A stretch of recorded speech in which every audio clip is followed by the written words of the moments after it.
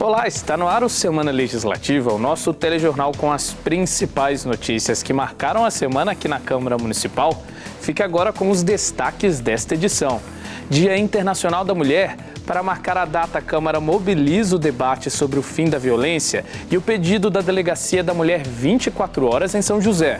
Modelo do ônibus que vai circular na linha verde foi apresentado. Veículo é 100% elétrico e tecnológico. Projeto aprovado na Câmara cria o Dia do Profissional da Saúde em São José. Proposta busca valorizar quem trabalha na linha de frente do combate contra a Covid-19. Já na área da assistência social, vereadores aprovam um projeto que oficializa o Banco de Alimentos da cidade. A ideia é recolher alimentos orgânicos industrializados e doá-los para entidades sociais. Confira os projetos aprovados em plenário e os assuntos debatidos nas sessões de terça e quinta. E com o anúncio do resultado do concurso de estagiários da Câmara, vamos dar dicas para os estudantes que procuram uma vaga de estágio. Seja muito bem-vindo, o Semana Legislativa está no ar.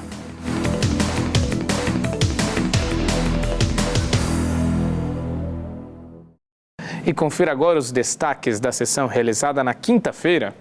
Na 15ª sessão do ano, a Câmara aprovou 5 projetos de lei. Um dos projetos, este apresentado pela Prefeitura, legitima a decisão do município de participar de um consórcio em parceria com outras prefeituras com o objetivo de adquirir vacinas, medicamentos, insumos e equipamentos na área da saúde para combater o coronavírus. Segundo o projeto, a iniciativa recebeu o nome de Conectar, Consórcio Nacional de Vacinas das Cidades Brasileiras.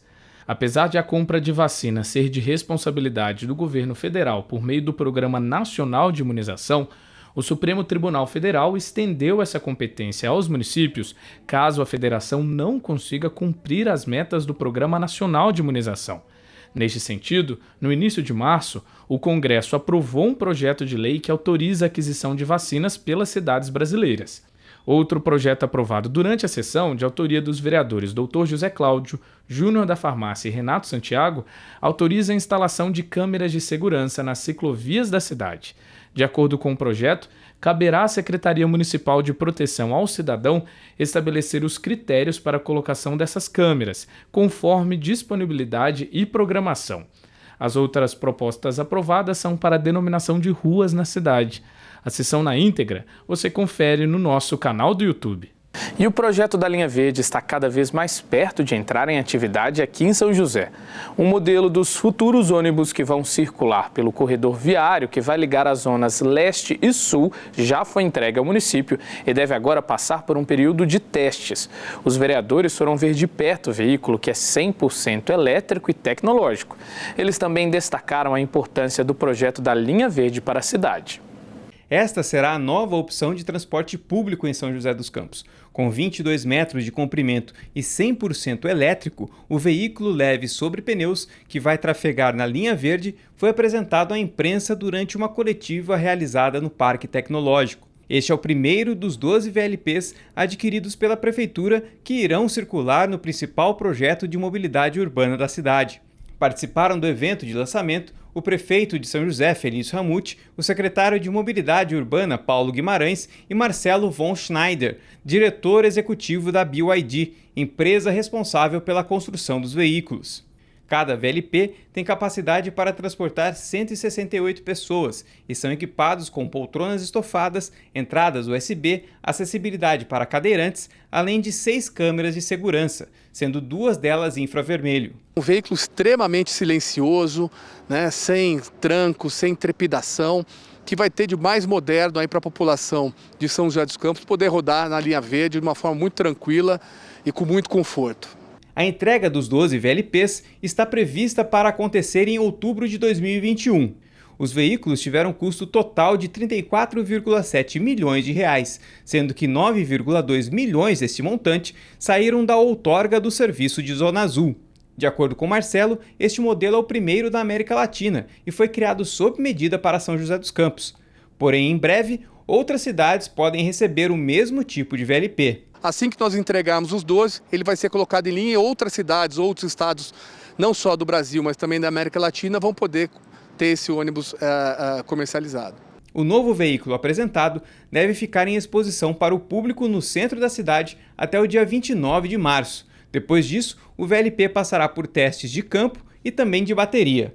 A intenção do governo municipal é de que os 12 veículos comecem a operar na linha verde em dezembro deste ano. Em dezembro a gente tem a operação da linha verde já iniciando em São José, independente da nova licitação do transporte público, porque a ideia é que os novos operadores, as novas empresas que vão operar o transporte público da cidade operem a linha verde. Mas se isso não acontecer até lá, a gente tem a operação garantida já com as empresas atuais. Representando a Câmara Municipal, estiveram no evento o presidente Robertinho da Padaria e os vereadores Dr. José Cláudio, Júnior da Farmácia, Juvenil Silvério, Marcão da Academia, Marcelo Garcia e Rafael Pascucci. Eles destacaram a importância do novo veículo de transporte público da cidade. É um carro moderno que vai atender as pessoas que trabalham no dia a dia, principalmente a dona de casa, que levanta cedo, mora longe às vezes. Esse ônibus então vai começar lá na região sul. É um carro moderno, é espaçoso e vai então transportar 168 passageiros, ajudando no dia a dia aí, na fluidez aí também do trânsito, porque ele é um carro que vai ter poucas paradas. Zona Sul, nós temos a UPA do Campo dos Alemães, o Hospital de Clínica Sul e aqui na Zona Leste, o Hospital Municipal. Então também para a saúde, esse projeto do VLP vai ajudar muito, vai ajudar no transporte, desafogar a Dutra, desenvolvimento socioeconômico. É coisa de primeiro mundo mesmo, é um olhar para o futuro, para São José, vai mudar esse modelo de transporte, público, vai ser importantíssimo para a cidade. A gente está muito contente de ver a qualidade, o empenho e a velocidade do projeto Linha Verde avançando em toda a cidade. Hoje é um marco a entrega do veículo e em breve a Linha Verde aí atendendo a população de São José dos Campos. Para a gente é uma alegria poder acompanhar. Um transporte imponente, à altura de São José dos Campos. São José é uma cidade tecnológica, uma cidade pujante, que realmente busca a melhor condição e a melhor qualidade de vida para a nossa população. Quando chega um transporte desse nível, a gente fica muito contente. Um veículo totalmente sustentável, que atende aí todas as recomendações, linha verde. Está de parabéns à nossa cidade de São José dos Campos por esse veículo totalmente tecnológico, moderno e que estará atendendo a nossa cidade. A linha verde tem como objetivo interligar as regiões mais populosas da cidade e a região central em um corredor de 20 quilômetros de extensão, construídos ao longo da faixa que pertence à Companhia Paulista de Transmissão de Energia, e a partir da desapropriação de uma área de quase 400 mil metros quadrados. A primeira parte do projeto terá início na Estrada do Imperador, na zona sul da cidade, até o terminal rodoviário intermunicipal na região central.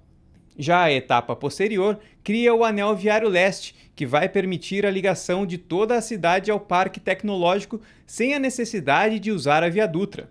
O contrato tem um valor de 55,8 milhões, sendo que 30 milhões originados de um aporte do governo estadual. Quem participou do concurso da Câmara já pode ir se preparando porque a lista com os classificados saiu nesta sexta-feira. Aproveitando essa notícia, a gente preparou uma reportagem mostrando um pouco da importância dos estagiários aqui na Câmara e também algumas dicas para conseguir uma vaga de estágio. A Laura já conhece um pouco do dia a dia da profissão de jornalista. Ela é estagiária da Câmara de São José e trabalha no setor de imprensa, produzindo textos e pautas, uma experiência que tem sido bem produtiva. Ao longo do tempo que está no Legislativo, a Laura agradece pelo aprendizado. Para mim está sendo ótimo, na verdade já é o segundo setor que eu passo aqui dentro e em cada setor eu aprendo uma coisa nova.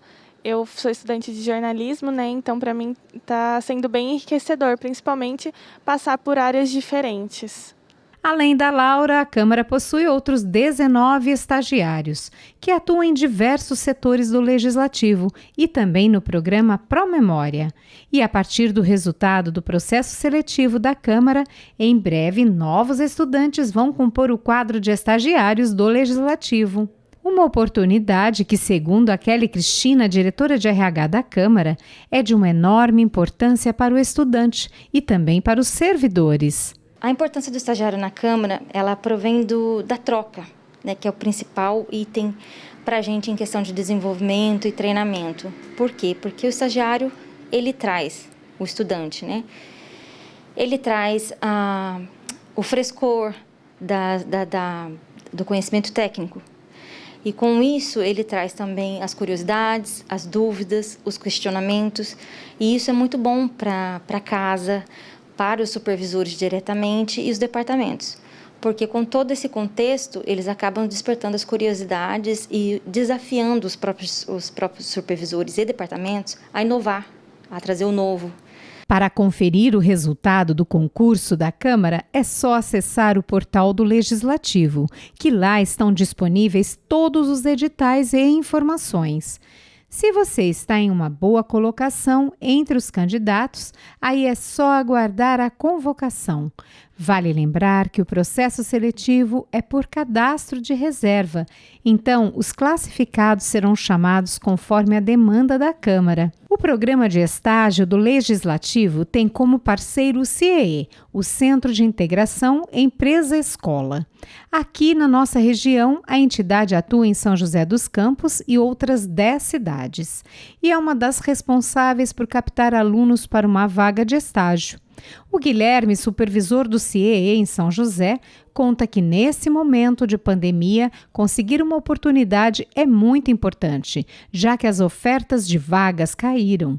Para se ter uma ideia, em 2019, o CIEE disponibilizou 12.141 vagas de estágio. Já em 2020, por conta da pandemia, o número de vagas ofertadas não passou de 7.000. Para superar essa realidade, o Guilherme dá 2 dicas: manter o cadastro atualizado no CIEE e buscar capacitação. Sempre manter o cadastro atualizado. Muitas vezes o jovem troca o telefone ou troca o e-mail e não atualiza o cadastro dele junto ao CIEE.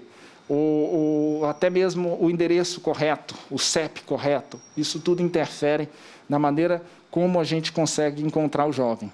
Abre e fecha a vaga todos os dias. Então, quanto mais fácil a gente conseguir o acesso a ele, melhor. Então, essa é a primeira dica. Segunda dica, se oferece vários cursos de capacitação através da plataforma do Saber Virtual, onde ele vai poder se preparar para o que o mercado de trabalho vai exigir dele. Seja uma postura profissional, atendimento, são vários cursos, são mais de quase 90 cursos que ele pode fazer nessa plataforma, com certificado, tutoria, que ele vai se preparar para uma entrevista, como encarar uma entrevista, um currículo, como redigir um currículo. Isso também tenho certeza que vai ajudar ele a conquistar uma vaga de estágio, uma vaga de aprendizagem. Para quem busca um estágio, por meio do portal do CIEE, é possível tirar todas as dúvidas e ter acesso a muitas informações. Lá também tem disponível um chat para ajudar os alunos e quem quiser também pode entrar em contato pelo telefone 3003-2433. Nesse momento de pandemia, a entidade tem feito todo o processo de maneira virtual.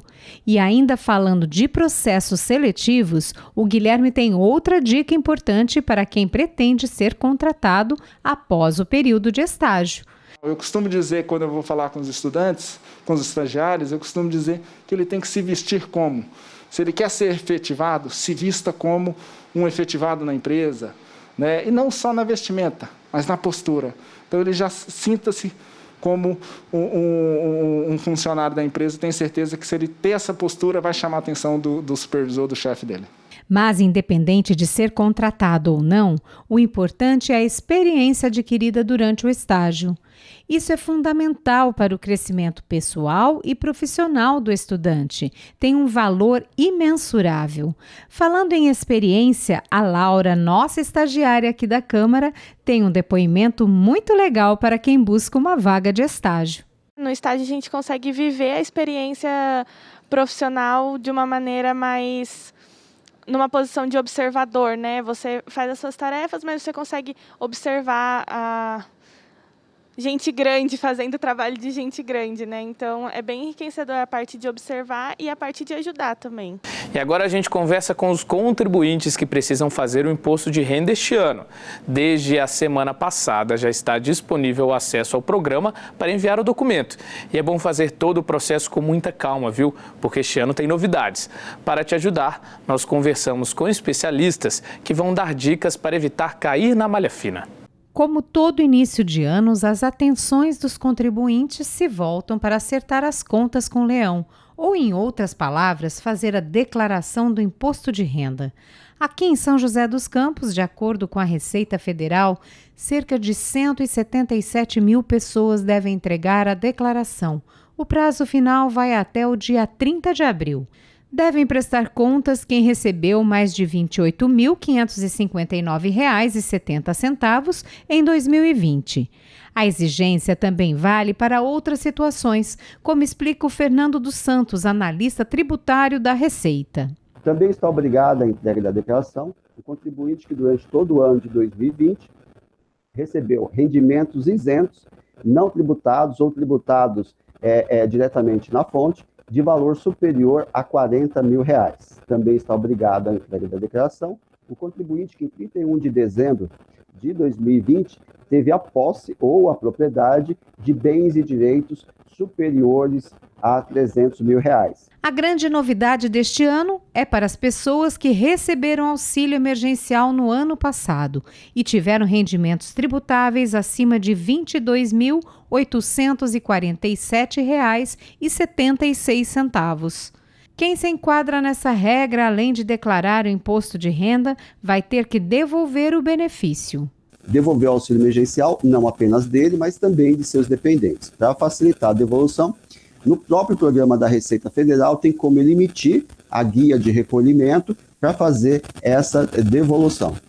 De acordo com a contadora Vera Santos, é preciso ficar atento ao declarar o imposto de renda, pois alguns descuidos podem fazer o contribuinte entrar na malha fina. Ela explica que erros de digitação e rendimentos de dependentes não declarados estão entre os principais problemas que podem atrapalhar a prestação de contas. Outro erro comum é confundir as contribuições do PGBL com o VGBL, que são as contribuições da Previdência Privada. O PGBL é dedutível do imposto de renda, portanto, é lançado como uma despesa dedutível. VGBL não. E as pessoas acabam confundindo e lançando o VGBL, né? Então, é importante você se atentar para esses detalhes. Outro detalhe também é a questão da evolução patrimonial. Quando você vai crescendo o seu patrimônio e a sua renda não está compatível com essa evolução.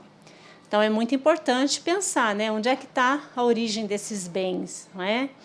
Então, a Receita também, logicamente, que está avaliando tudo isso. Caso o contribuinte opte por contratar um contador para fazer a declaração, Vera explica que é preciso levantar o máximo de informações sobre os rendimentos para evitar erros. Você precisa levantar as fontes, onde você teve rendimento, os informes de rendimento dos bancos, todos os bancos. Hoje a gente tem muita contas digitais, né? Então, igualmente, tem que fornecer o documento para você declarar. Tem também a questão das moedas, as criptomoedas, que também é um ativo, precisa ser declarado. E quando há essa valorização, você precisa pagar o imposto sobre essa valorização. E quem não fizer a declaração de imposto de renda ou perder o prazo, vai ter que pagar uma multa. O valor é de R$ 165,74, podendo chegar até 20% do valor devido. Além da multa, quem deixar de prestar contas à Receita Federal pode enfrentar problemas ainda mais graves, como ficar com o CPF pendente na Receita Federal. O que acontece com um contribuinte que está com o seu CPF pendente de regularização? Primeiro, ele não consegue certidão negativa na Receita Federal, o CPF está pendente. E depois ele vai ter restrições bancárias, né? Porque o sistema bancário acessa o sistema da Receita Federal e se o CPF não estiver ativo, ele não consegue movimentar sua conta corrente. E no próximo bloco você confere os destaques da sessão de terça-feira e também vamos te mostrar nossa série de reportagens sobre o Dia Internacional da Mulher, que foi marcado por ações das vereadoras da Câmara. A gente volta já.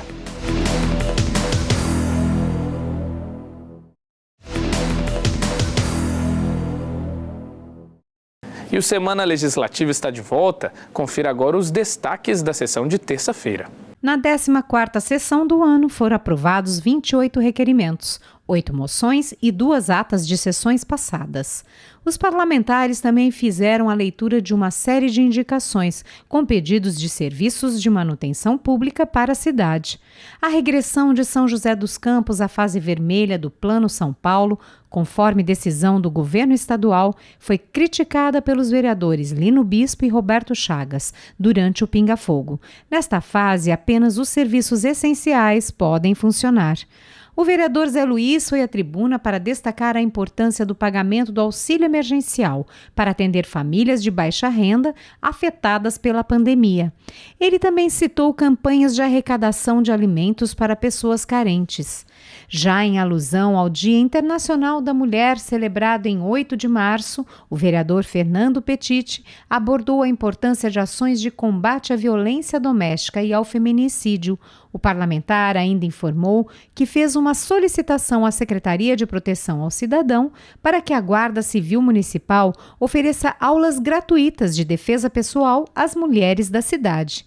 Ainda na tribuna, o vereador Juvenil Silvério prestou contas da viagem que fez à Índia, representando a Câmara Municipal para acompanhar o lançamento do satélite Amazônia 1.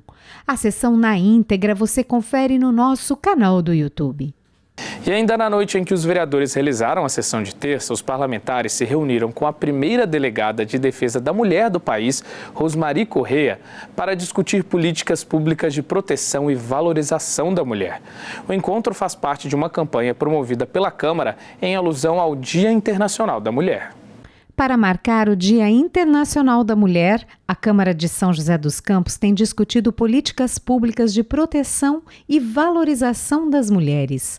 Assunto que foi discutido em uma reunião online com a primeira delegada de defesa da mulher do país, Rosmary Correia. O convite foi feito pelas vereadoras da Câmara, como parte de uma campanha do Legislativo contra o feminicídio e a violência doméstica, crimes que, segundo as autoridades, cresceram durante a pandemia de Covid-19. Rosmary agradeceu à Câmara pelo convite e alertou os parlamentares sobre a importância do poder público discutir ações que envolvem a segurança e promoção das mulheres.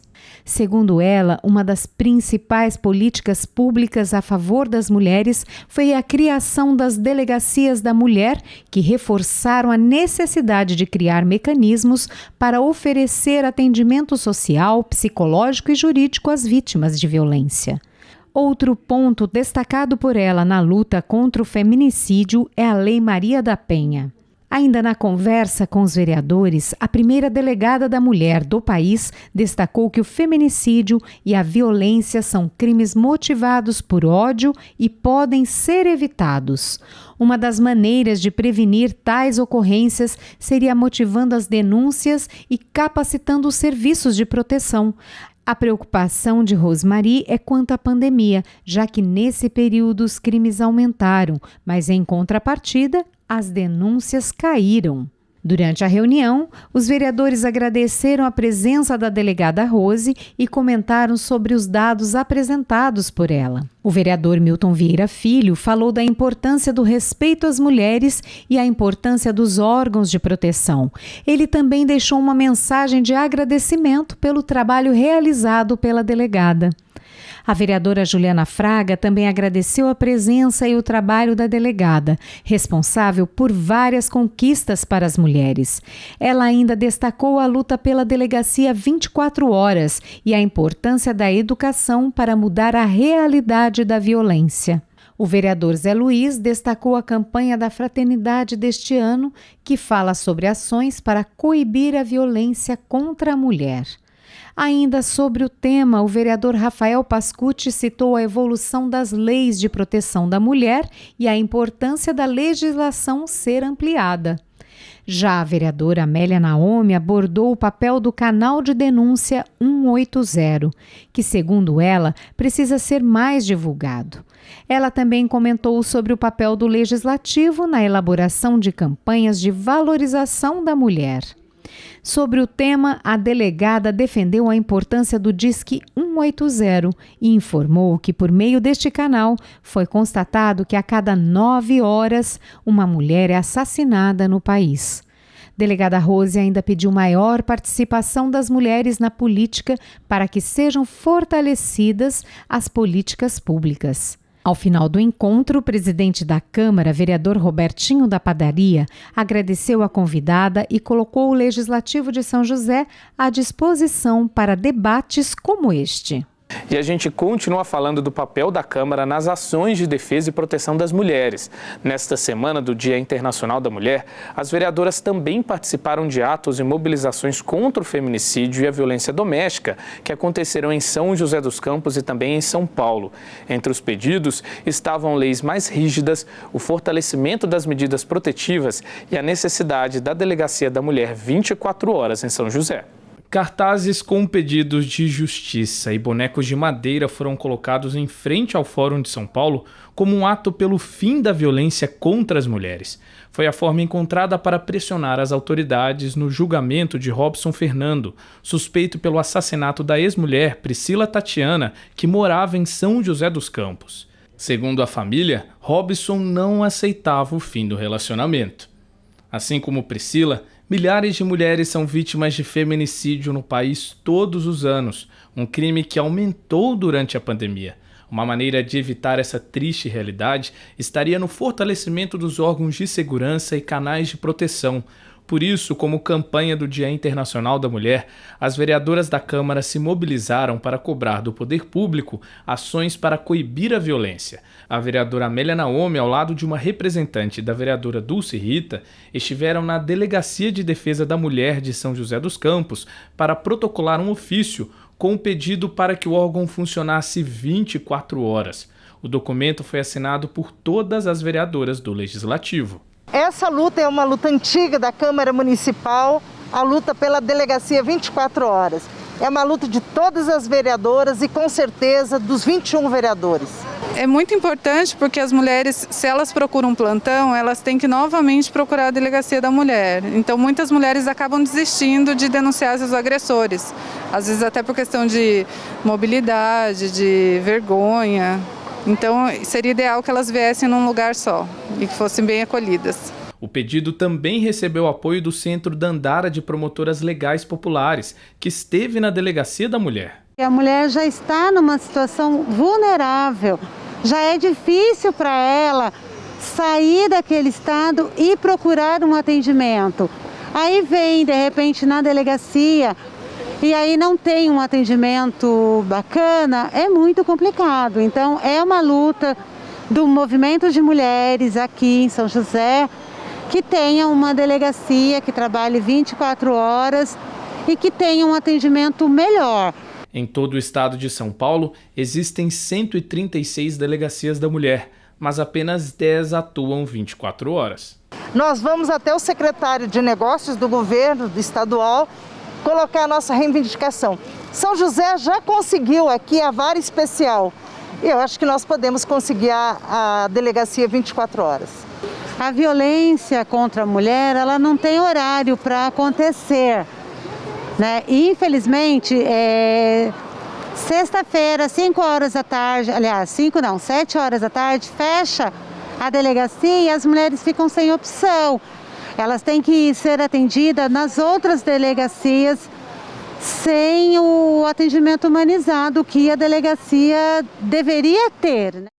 Para dar ainda mais voz ao pedido de uma Delegacia da Mulher 24 horas, nós produzimos uma reportagem especial apresentando o trabalho das vereadoras na busca pela atuação ininterrupta da Delegacia da Mulher aqui na cidade. Essa é uma pauta recorrente na Câmara e que ganhou ainda mais força durante a pandemia, já que nesse período os casos de violência doméstica aumentaram em todo o país. É o que a gente te mostra agora na reportagem. No dia 8 de março, a luta das vereadoras da Câmara de São José é por segurança e acolhimento. Uma pauta comum entre todas as parlamentares é a necessidade de políticas públicas para coibir os casos de violência contra as mulheres.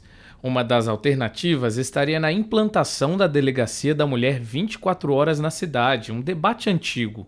Nos últimos anos, as parlamentares vêm cobrando essa medida por parte do governo do estado, já que, segundo as estatísticas, a maior parte dos casos de violência acontece durante os fins de semana e em horários nos quais, muitas vezes, a Delegacia da Mulher está fechada. É de suma importância, porque essa agressão não tem hora marcada. Pode ser 8 horas da manhã, como 3 horas da manhã ou ao meio-dia. Então, as mulheres que são vitimizadas pela agressão, ela tem que ter o amparo da Delegacia da Mulher, tem que ter gente capacitada para atendê-las, que tenha principalmente sensibilidade para ver esse momento tão frágil que está ocorrendo na vida dessas mulheres. É muito importante que a gente tenha essa delegacia que humanize o atendimento, é fundamental, porque nesses momentos as mulheres estão muito fragilizadas. O ano passado, as mulheres de São Paulo também foram à luta e conseguiram algumas delegacias 24 horas. Então é hora do interior cobrar do governador a delegacia 24 horas. Que é uma pauta que a gente, participando de outras reuniões com outras vereadoras, envolve vereadoras de partidos diferentes, envolve deputadas. Então é algo assim que realmente uma onda aí de fortalecimento nessa luta, que é a delegacia para atender as mulheres 24 horas. Para dar voz a essa pauta, as vereadoras têm buscado integrar o poder público e órgãos de segurança na busca por políticas de proteção às mulheres. Nesse sentido, as vereadoras cobraram apoio do Ministério Público e também da Guarda Civil Municipal com pedidos de reuniões para discutir o tema. Alguns avanços foram alcançados, como a disponibilização de uma policial para atender mulheres vítimas de violência durante os plantões de fim de semana do primeiro DP.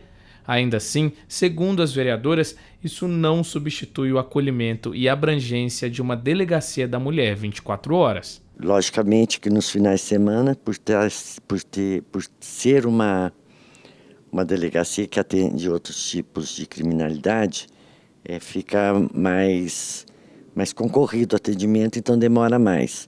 Mas eu acho que tem que fazer esse atendimento, demora mais, ela fica mais suscetível aos olhares das pessoas que estão lá, já está vindo de uma situação tão doída, ainda tem que aguentar esses olhares. Mas eu acho que o ideal mesmo é as 24 horas, pessoas gabaritadas em local próprio. Porque as mulheres também não se sentem seguras de ir numa delegacia normal, então acaba acontecendo um episódio no final de semana, por exemplo, elas não se sentem seguras de ir numa delegacia que atende qualquer tipo, todo tipo de ocorrência, e aí ela deixa...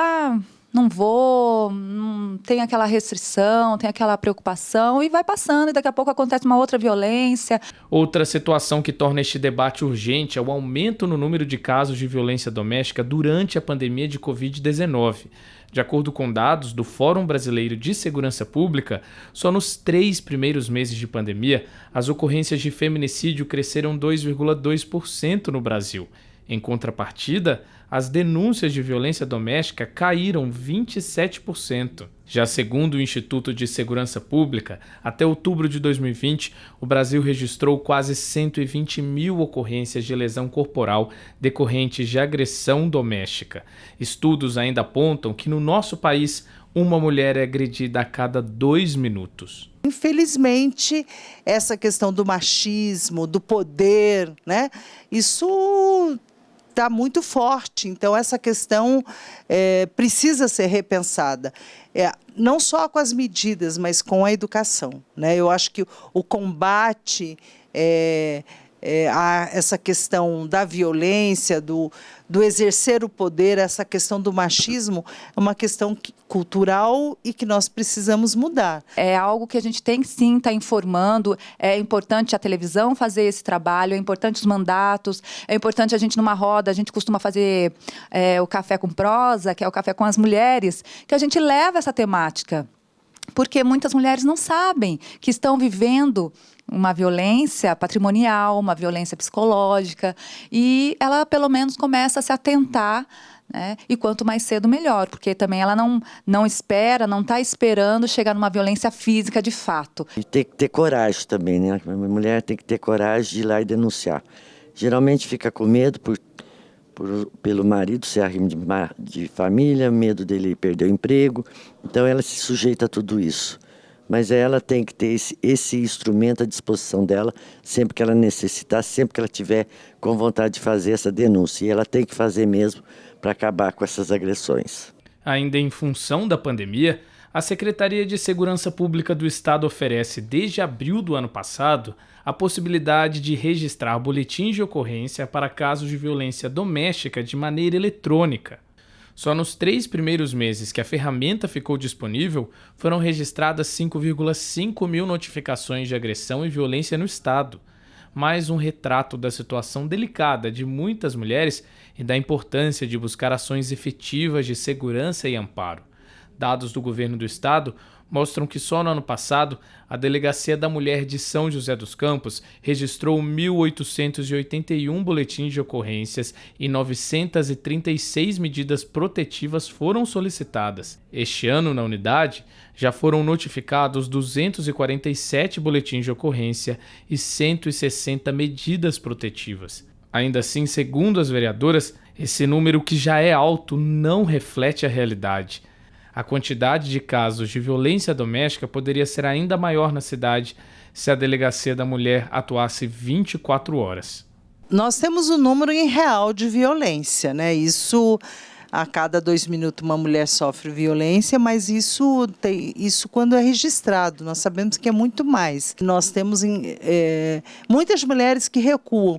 Por isso que na Lei Maria da Penha, agora quando uma mulher é agredida e ela faz o BO, na hora que vai para estar em julgamento, ela não pode mais desistir.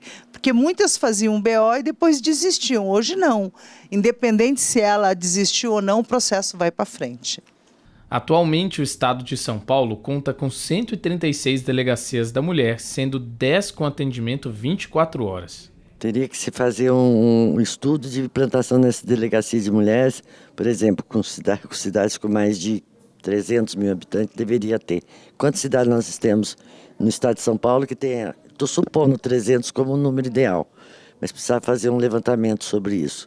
Quantas cidades que nós temos com 300 mil habitantes que não tem nenhum desse equipamento, nem um plantão que possa fazer junto com as outras delegacias, que possa fazer a Delegacia da Mulher. Não tem esse aparo nenhum. Para ampliar o círculo de apoio e segurança das mulheres vítimas de violência, desde 2013, São José ainda conta com uma vara da violência doméstica e familiar contra a mulher, a primeira da região do Vale do Paraíba.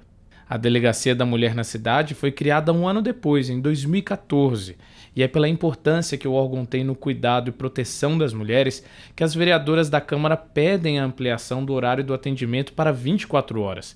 Ainda assim, segundo as parlamentares, o dia 8 de março é também da valorização de outras pautas. Uma pauta que nunca vai deixar de existir é a questão da creche, né? Onde a mãe se sente realmente segura em deixar os seus filhos, para ir trabalhar. Mas uma creche em período integral, porque uma creche em período parcial, onde a criança fica 5 horas apenas, ela vai ter o problema para onde ela vai deixar a criança, seu filho, com quem vai deixar e além do gasto que vai ter. O que eu defendo é o emprego, né?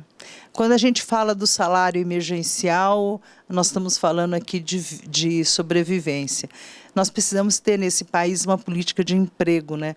Apesar de toda a pandemia, é necessário ter o governo ter política para esse enfrentamento. E também um momento de reflexão de bandeiras, né?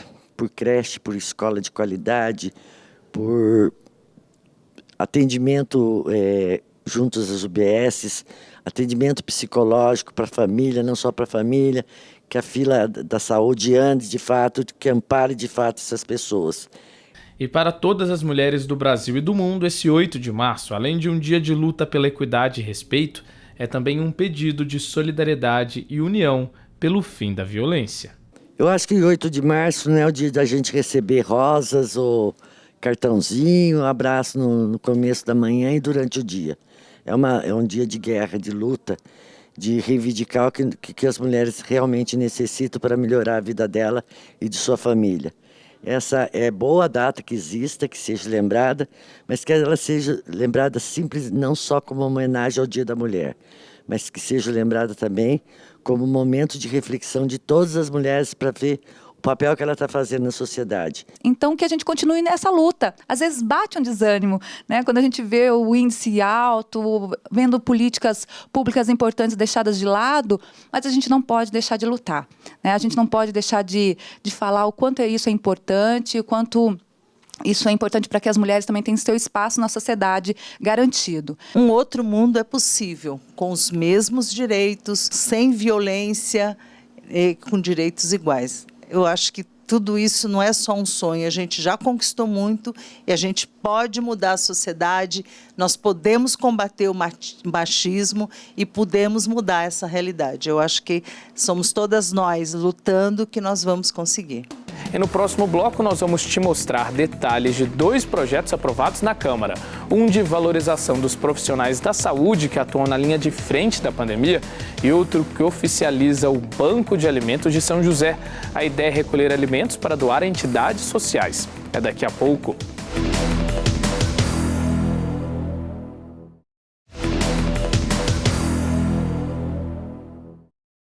Estamos de volta com Semana Legislativa. A Câmara recebeu uma audiência pública de prestação de contas da saúde referente ao 3º quadrimestre de 2020. O encontro é uma exigência da legislação federal e serve como ferramenta de transparência das ações do poder público, já que durante a reunião o município apresenta os gastos, as receitas recebidas e os investimentos realizados na área da saúde nos últimos 4 meses do ano. A Câmara sediou uma audiência pública de prestação de contas da Secretaria Municipal de Saúde referente ao 3º quadrimestre de 2020, ou seja, período que vai de setembro a dezembro do ano passado. De acordo com os dados apresentados, durante o 3º quadrimestre, 222,7 milhões de reais foram aplicados na área da saúde por meio de recursos próprios do município, o que corresponde a 32,5% do orçamento em receita própria para o período, aquela que não considera os recursos transferidos pelos governos federal e estadual. Ainda falando de verbas exclusivas do município, se considerarmos todo o ano de 2020, as aplicações na saúde corresponderam a 29% do orçamento total da cidade em recursos próprios, superando o limite mínimo exigido por lei, que é de 15%. Tem de se aplicar na saúde, queira ou não. A população tem necessidade, é uma carência. O município vê que é um município economicamente rico, mas tem a parte carente que tem de atender a população, na parte da saúde. Já quanto às verbas totais aplicadas na saúde, o município arrecadou em 2020 cerca de 765 milhões de reais. Foram 594 milhões em recursos próprios e 171 milhões em verbas vinculadas, vindas dos governos federal e estadual e também instituições privadas e multigovernamentais. Os dados referentes às verbas exclusivas para o combate e enfrentamento da Covid-19 também foram apresentados. Segundo José Aparecido Nunes, representante do Fundo Municipal da Saúde, ao todo em 2020, a cidade recebeu um aporte de 58 milhões de reais para ser destinado a ações de prevenção e tratamento à doença. Desse total, 9 milhões foram provenientes do governo do estado, 47,4 milhões vieram do governo federal e mais 1,5 milhão de reais foi referente a convênios. José Aparecido ainda informou que este valor não foi suficiente para custear todas as despesas necessárias para o combate à pandemia, sendo preciso a aplicação de recursos exclusivos do município. Os recursos recebidos, a gente entende que deu para se cobrir aquilo que era previsto, mas a gente ficou ainda, por parte do governo estadual e governo federal, queira ou não, ficou devendo. Então o município assumiu a sua parte.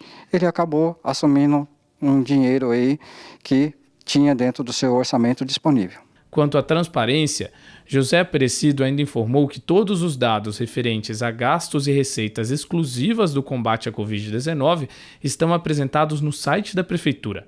No portal, as informações estão divididas entre receitas e doações e despesas com a doença. O município assumiu algumas despesas de demanda de Covid, então o município está adequando seu orçamento em curso para atender a parte do Covid. A prestação de contas cumpre o que estabelece a legislação federal. De acordo com a lei, é dever da Secretaria de Saúde elaborar e apresentar a execução das contas e ações orçadas pela pasta segundo a programação anual.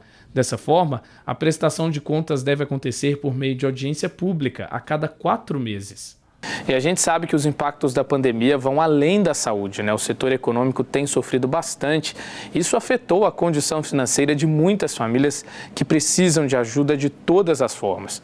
Pensando nisso, a Câmara aprovou um projeto de lei que oficializa o Banco de Alimentos de São José como uma política pública da cidade. A ideia é recolher alimentos orgânicos industrializados que estejam em boas condições para doar para entidades sociais que atendam pessoas em necessidade. Os detalhes você confere na reportagem.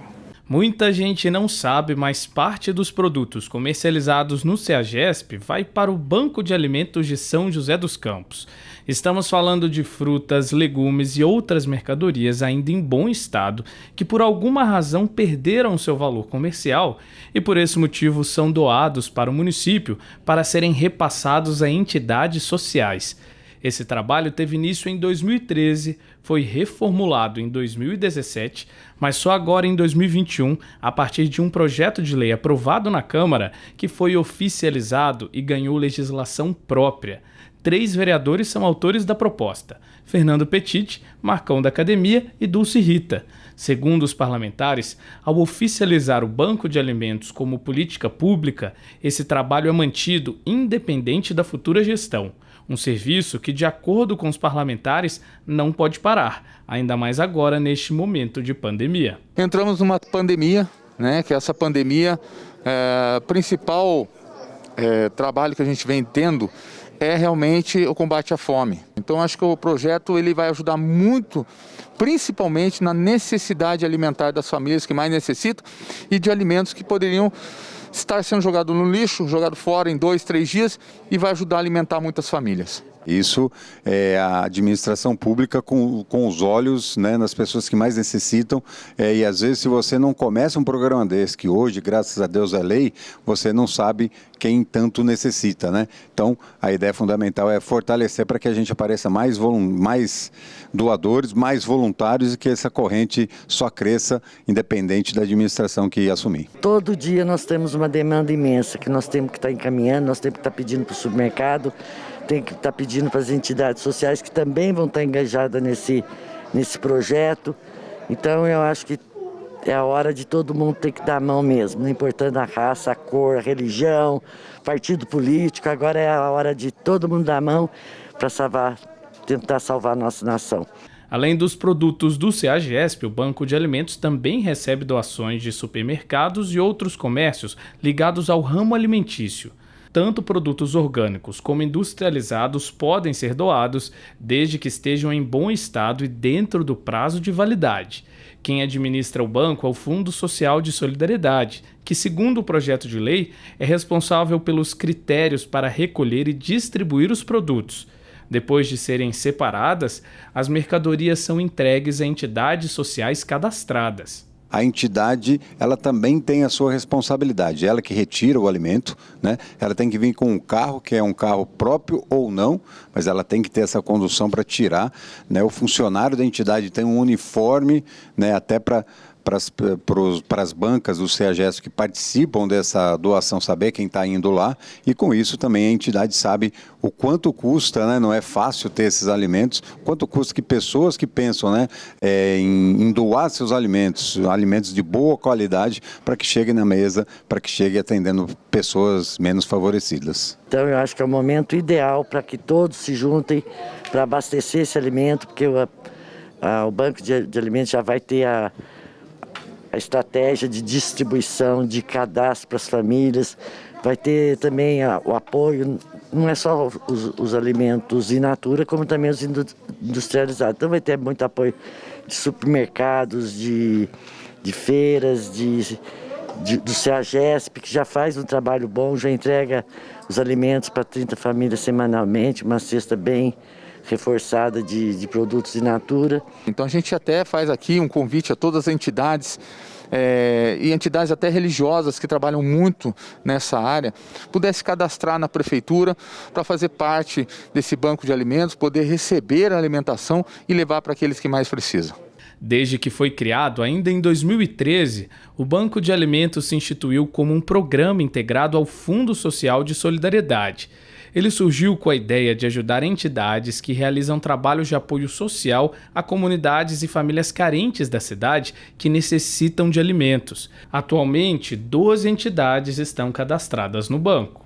A importância do banco de alimentos é que semanalmente nós colocamos frutas, verduras e legumes na mesa das entidades sociais, assim assegurando a alimentação e vindo junto um programa muito forte de doação, porque esse programa ele só acontece por causa da generosidade dos permissionários que efetuam essa doação de alimento, e o Fundo Social opera junto com as entidades sociais, levando esses alimentos para a mesa de quem mais precisa. Hoje, o Banco de Alimentos tem um local específico no CEAGESP para que as entidades possam se organizar para retirar as mercadorias.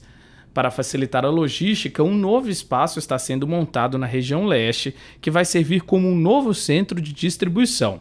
Segundo Vanessa Ramuth, a presidente do Fundo Social, o novo espaço deve ser inaugurado em breve. Nós estamos modernizando o banco de alimentos. Vimos durante esses 3 anos, mais de 3 anos de operação, a necessidade de se modernizar e ampliar o banco. Esse novo banco ele vai ser entregue no primeiro semestre de 2021, trazendo uma câmara de refrigeração, mais equipamentos, para que a gente possa aumentar o número de alimentos que nós recebemos. E como a gente vem acompanhando, a pandemia tem se mostrado um desafio na gestão pública e que também afeta todas as áreas, né? Mas em especial aqueles que trabalham na linha de frente do combate à doença, como médicos, enfermeiros, técnicos de enfermagem e também outras categorias. Para valorizar o trabalho e esforço desses profissionais, a Câmara aprovou um projeto de lei de autoria do vereador Dr. José Cláudio, que cria na cidade o Dia do Profissional da Saúde. Os detalhes na reportagem. Os esforços no combate à pandemia de Covid-19 daqueles que atuaram no enfrentamento à doença passarão a ser lembrados todo dia 26 de fevereiro. Isso porque a Câmara Municipal aprovou um projeto de lei do vereador José Cláudio que institui o Dia do Profissional de Saúde de São José dos Campos, o qual passa a ser incorporado no calendário oficial de eventos do município. De acordo com o vereador, a intenção do projeto é fazer uma homenagem aos médicos e enfermeiros que têm atuado nos hospitais e unidades de saúde pública da cidade durante a pandemia. A data foi escolhida por ser o dia de registro do primeiro diagnóstico da Covid no país. Uma maneira de fazer um reconhecimento, de fazer uma valorização desses profissionais, de lembrar daqueles profissionais que se foram, que faleceram, que para as famílias vai ficar esse dia, para ter um dia para lembrar, para se ter uma homenagem dos que estão aqui ainda na luta e daqueles que se foram. Então eu acho uma data muito importante. Com a implantação da data comemorativa, a intenção é que sejam fomentadas atividades de capacitação e valorização do profissional a partir de 2022.